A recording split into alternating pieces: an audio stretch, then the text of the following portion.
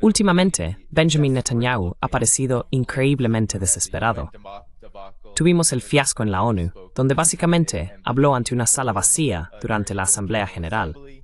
Y después de eso, lo pillaron hablando con influencers de las redes sociales, especialmente TikTokers, sobre el plan de Israel para hacerse con este espacio mediático en su propio beneficio.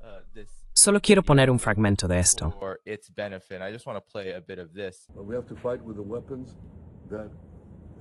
Pero tenemos que luchar con las armas que se aplican a los campos de batalla en los que estamos involucrados. Y las más importantes son las redes sociales. La plataforma más importante ahora mismo es, por supuesto, TikTok. TikTok, número uno. Y espero que eso salga adelante, porque puede ser decisivo. Y la otra, ¿cuál es la otra más importante? X. Muy bien. Y ya sabes, tenemos que hablar con Elon. No es un enemigo, es un amigo. Deberíamos hablar con él. Ahora bien, si conseguimos esas dos cosas, ganamos mucho. Podría seguir hablando de otras cosas, pero ese no es el punto ahora. Tenemos que librar la batalla, ¿de acuerdo? Dar dirección al pueblo judío y a nuestros amigos no judíos, o aquellos que podrían convertirse en nuestros amigos judíos. ¿Vamos a tener éxito con todos? ¿Habrá una fuerte contraparte? Sí.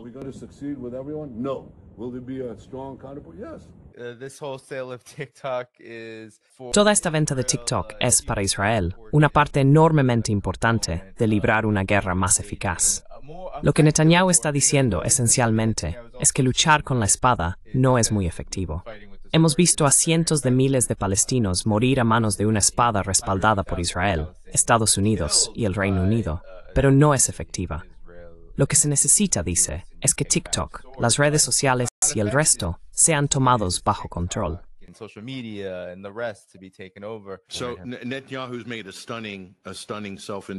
Así que Netanyahu ha hecho una asombrosa autoacusación, como de costumbre, sin darse cuenta.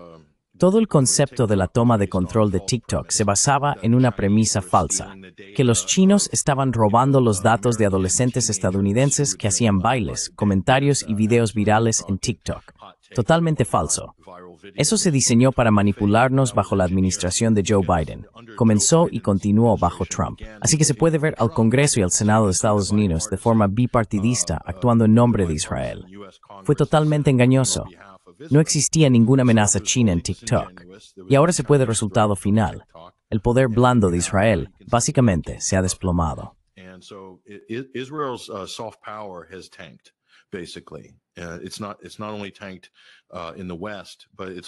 No solo se ha desplomado en Occidente, sino que también está cayendo entre la diáspora judía y la comunidad judía internacional. Ya no pueden confiar en la promesa de que Israel es el lugar más seguro del planeta para que los judíos tengan una patria. Y gran parte de eso puede atribuirse a Benjamin Netanyahu. Lo otro que me parece interesante es cómo se apropió del término derecha woke. Es interesante de dónde proviene ese término. Tras el 7 de octubre, Ben Shapiro y otros portavoces sionistas inundaron redes sociales, advirtiendo sobre su tipo y supuestos días de ira.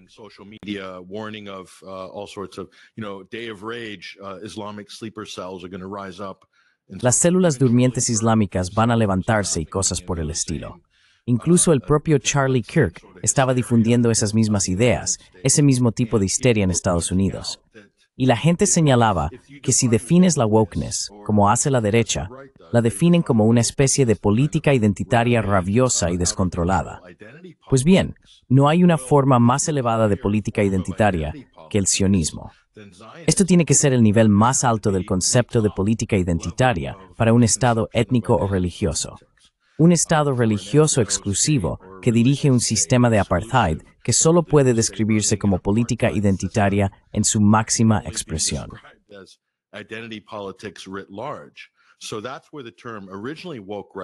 Así que de ahí viene originalmente el término derecha woke. Se usaba para describir a personas como Ben Shapiro, la gente de Fox News, la gente de Jordan Peterson, la gente de Daily Wire. Luego lo reutilizaron, lo reapropiaron para señalar a personas de la derecha que se oponían al genocidio de Israel, ¿ves? Así que fue una especie de truco, y se puede ver a Netanyahu intentando hacer lo mismo 2 años después. Lo cual es bastante patético, en realidad. Distis dava venía por forstu, Skvilaktiritjuentidet stepmuthistimtsedet hang tor fmu is smine. Laita filoförsygnigt. Zionism, the Zionist ideology. And they're using it as a weapon in order to try to... Y lo están utilizando como un arma para intentar justificar uno de los peores crímenes contra la humanidad, no solo de la era moderna, sino realmente uno de los peores de todos los tiempos, sin duda en la memoria reciente. Creo que la ironía de eso es bastante asombrosa. Quiero decir, podría seguir y seguir, pero en definitiva, como dijo Naftali Bennett, el ex primer ministro israelí, lo expresó mejor. Habían gastado entre 120 y 150 millones intentando comprar influencia en las plataformas de redes sociales después del 7 de octubre. Y aún así, estaban siendo superados por publicaciones pro-palestinas en una proporción de 16-1. 16-1. Y te diré algo, Palestina no gastó ni un céntimo para conseguir esa ventaja en términos de corazones y mentes en las redes sociales.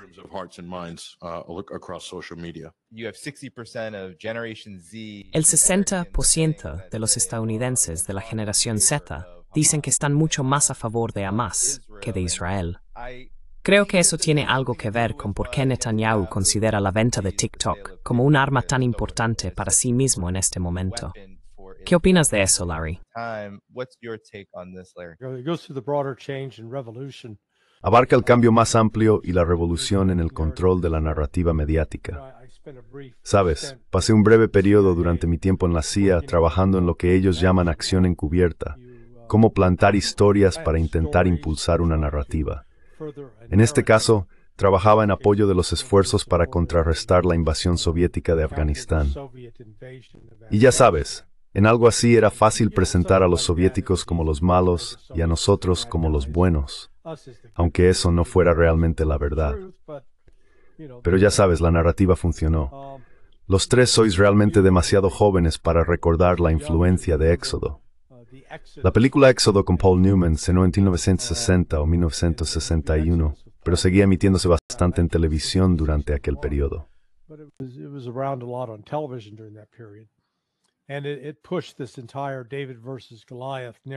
Y se promovió toda esa narrativa de David contra Goliat en apoyo a los sionistas, que eran gente buena y humilde que solo quería plantar olivos y alimentar a los pájaros, y que esos árabes malvados andaban por ahí. Cuando tienes 10, 11 o 12 años y te alimentan con ese tipo de propaganda, te influye. Los medios eran mucho más fáciles de controlar en aquella época. Ya utilicé antes estas estadísticas con el juez Knapp. En 1968, un total de 54 millones de personas veían las tres principales noticias de Estados Unidos, CBS, ABC y NBC. De esas tres, CBS con Walter Cronkite reunía 28 millones de espectadores.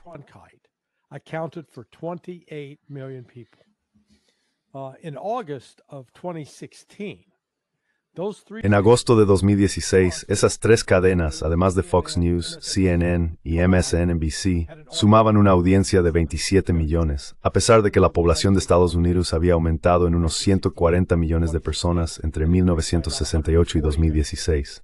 Así que teníamos mucha más gente, pero muchos menos espectadores. Por eso todo este espacio de las redes sociales, especialmente en Internet, con Facebook, TikTok y Twitter o X, ha creado nuevos desafíos para el gobierno a la hora de intentar ejercer control. Y afortunadamente, como ocurrió durante la Unión Soviética, cuando se impusieron muchas restricciones sobre lo que podía imprimirse, publicarse o emitirse, surgió una subcultura llamada Samizdat, en la que, de forma clandestina, se difundían artículos que contradecían la narrativa principal o popular.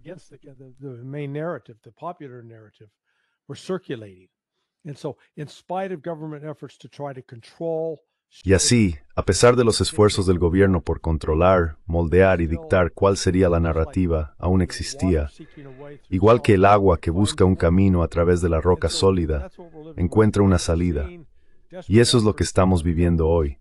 Estamos viendo esfuerzos desesperados por parte de los gobiernos de Estados Unidos, Europa e Israel para controlar la narrativa. Pero programas como el tuyo, como lo que hace Patrick, el juez napolitano, Neema, The Duran, ya sabes, la lista sigue, hay tanto ahí fuera que en realidad hace casi imposible que el gobierno lo controle. Y ese es el lado positivo, el rayo de esperanza en esta nube oscura.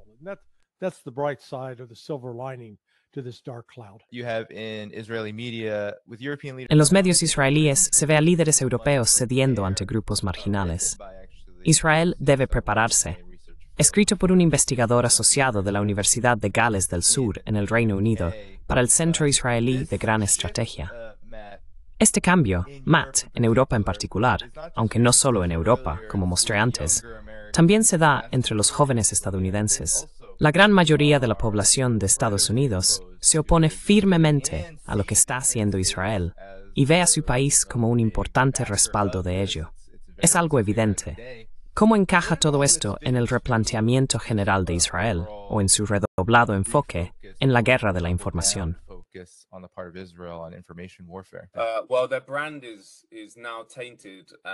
Bueno, su marca está ahora manchada, y yo diría que destruida. Sabes, el sionismo desde el principio ha consistido en presionar a las grandes potencias para conseguir lo que quiere. Toda la pesadilla comenzó en Londres con la Declaración Balfour en 1917, cuando el gobierno británico prometió Palestina al movimiento sionista. En la práctica, fueron empujados a ello por personas como Chaim Weizmann. Tuvieron éxito en lo que hicieron, pero vieron que necesitaban tener a las grandes potencias de su lado. En aquel momento, Gran Bretaña era el país más poderoso del mundo, si querían conseguir lo que deseaban. Y saben que toda su existencia depende de que la población, especialmente en Estados Unidos, pero también en Europa, esté de su lado y apoye a sus gobiernos en apoyarlos.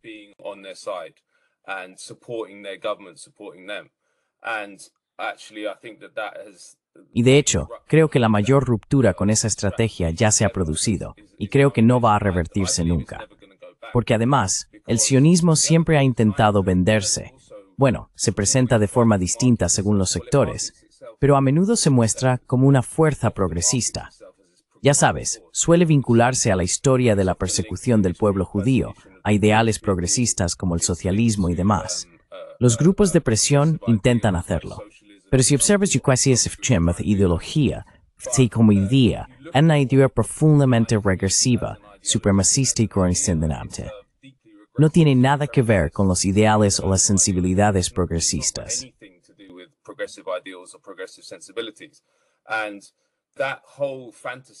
Toda esa fantasía y mitología, incluso el término sionismo liberal, que es un oxímoron que se usa mucho, ya no se sostiene y no va a volver. Por eso creo que Netanyahu va a descubrirlo, porque en realidad pienso que es sincero cuando dice que cree que hacerse con TikTok a través de Larry Ellison será algo decisivo y ayudará a que la población vuelva a su favor. Pero creo que no entiende que esto ha llegado demasiado lejos.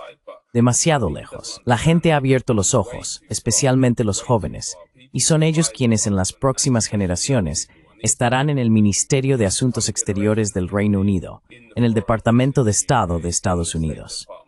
Toda una generación que está creciendo odia absolutamente a Israel y lo ve de hecho como sinónimo del mal, que lo es. Así que creo que no funcionará.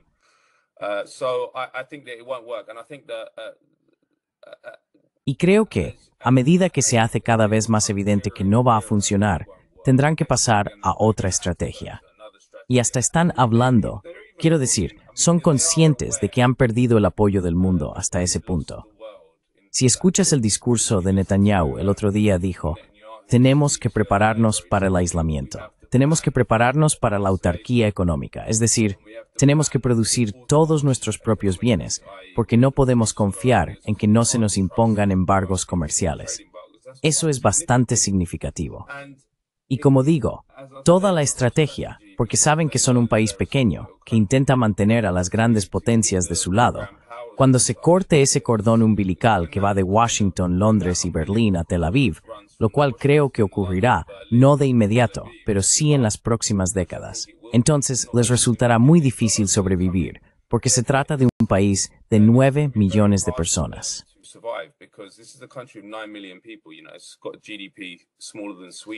Tiene un PIB más pequeño que el de Suecia. No puede sobrevivir sin Estados Unidos ni siquiera un par de semanas, especialmente en el ámbito militar. Así que soy bastante optimista de que a largo plazo el sionismo está muriendo y que no podrán revertirlo por muchos medios sociales que compren. El otro punto es que mira, ya tienen un enorme control sobre las redes sociales y aún así todo el mundo se ha vuelto en su contra. Sabes, Gomateri censoreert getuigd in number in Israel dol trainbaar. Vindt met een record kereld die in PSA wordt steeds is tralig grijken met haar asses. Israeli spies working for them. Same with Elon Musk is a big supporter of Israel. Elon Musk es un gran partidario de Israel y no ha funcionado. Así que creo que se darán cuenta de ello muy pronto. La pregunta interesante es, ¿cómo traducimos ese cambio en la conciencia pública en todo el mundo en cambios de política dentro de nuestro propio gobierno? Porque está ocurriendo lentamente. Y voy a darte algunos ejemplos del Reino Unido, especialmente porque no está ocurriendo de la misma manera en Estados Unidos, ya que Trump está tan bajo el control de Israel. Aquí, justo el otro día, el Royal College of Defense Studies, que es la escuela de formación militar más elitista del Reino Unido, dijo que ya no aceptará personal israelí. No longer take Israeli personnel. It's the first time they've done that since it was created by Winston Churchill. Es la primera vez que lo hacen desde que fue creado por Winston Churchill a principios del siglo XX. Es un momento enorme y significativo. También han dicho que van a reconocer a Palestina, lo cual, quiero decir, tengo un problema con todo eso, pero sigue siendo algo que saben que va a enfadar a los israelíes, y aún así están dispuestos a hacerlo. Y esto ocurre en un momento en que ya llevamos 2 años. Piensa en 3, 4, 5 años más adelante. Habrá tanta presión sobre el gobierno que tendrán que empezar a traducir la opinión pública en política. Y no hay nada que los israelíes puedan hacer.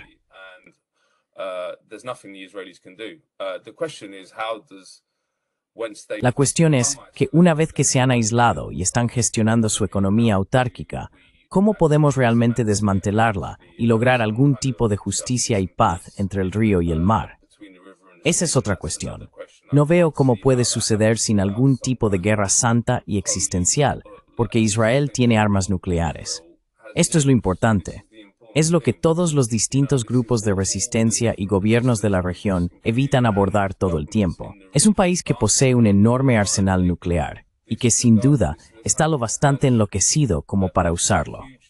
De hecho, algunas personas dijeron que la razón por la que Trump bombardeó Irán fue porque Netanyahu dijo, mira, no tenemos la tecnología para llegar tan profundo como necesitamos para destruir la instalación nuclear, así que voy a usar una bomba nuclear.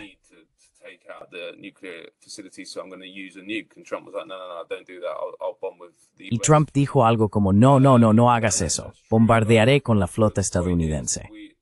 No sé si eso es cierto, pero el punto es que es extremadamente peligroso cuando tienes un régimen completamente enloquecido.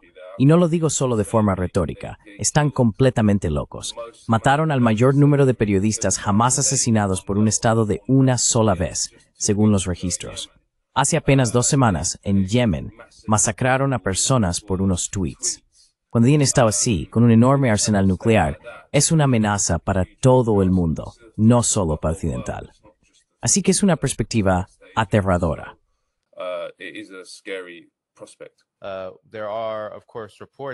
Por supuesto, hay informes de que será Oracle quien obtenga la propiedad mayoritaria. Es una empresa tecnológica pro-israelí, cuyo principal capitalista de riesgo, Larry Ellison, es una de las figuras pro-israelíes más destacadas de Silicon Valley, según The Cradle, y ha hecho donaciones significativas a los amigos de las fuerzas de defensa de Israel.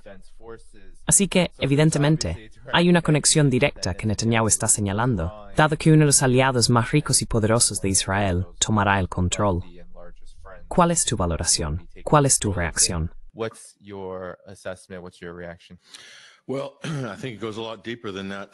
Bueno, creo que va mucho más allá de eso, Danny. Puedes mirar al Reino Unido.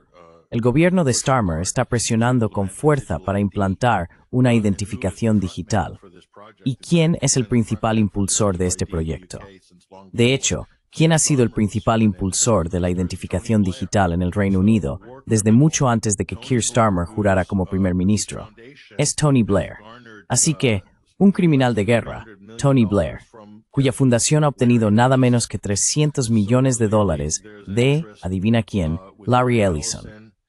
Así que está claro que hay un interés por parte de Larry Ellison, Oracle y este tipo de imperio tecnológico en gestionar el sistema de respaldo y las bases de datos de este nuevo programa de identificación digital, que básicamente será omnipresente en todos los sistemas. Un sistema de nodo centralizado para cada ciudadano. Y este será el puerto de acceso RISMO. Internet, vales, banca, derecho, etc. Right to work, etc. So clearly this is a technocratic end run. Así que claramente, esto es una maniobra tecnocrática para eludir los derechos fundamentales, el derecho a la privacidad y demás, y puede politizarse enormemente. Si tenemos en cuenta eso, y que Larry Ellison es uno de los mayores activos políticos de Israel en el mundo en términos de magnate tecnológico, y luego profundizamos un poco más, nos damos cuenta de que en algún momento, durante las etapas fundacionales de Oracle, la Agencia Central de Inteligencia estuvo profundamente implicada en esta y en muchas otras empresas similares.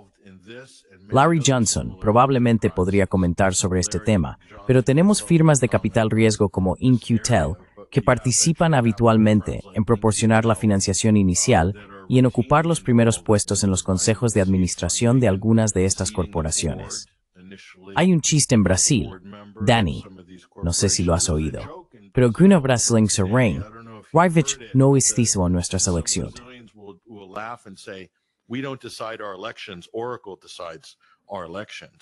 Oracle decide nuestras elecciones. Así que todos estos sistemas, sistemas de votación electrónica, sistemas electorales, han sido probados en los llamados países del tercer mundo por la inteligencia de Estados Unidos en colaboración con sus magnates tecnológicos. Y estos también pueden desplegarse en Estados Unidos, pueden desplegarse en Gran Bretaña y en toda Europa, si es que no se están desplegando ya de esa manera. Así que, en términos de fabricar el consentimiento o los resultados electorales, tienes a un primer ministro en Gran Bretaña que defenderá a Israel, pase lo que pase. Eso está bastante claro. Pero también tienes a un primer ministro con un índice de aprobación muy bajo. Y en toda Europa hay líderes que se aferran a un mandato en torno al 20% alto o al 30% bajo, sostenido por coaliciones endebles.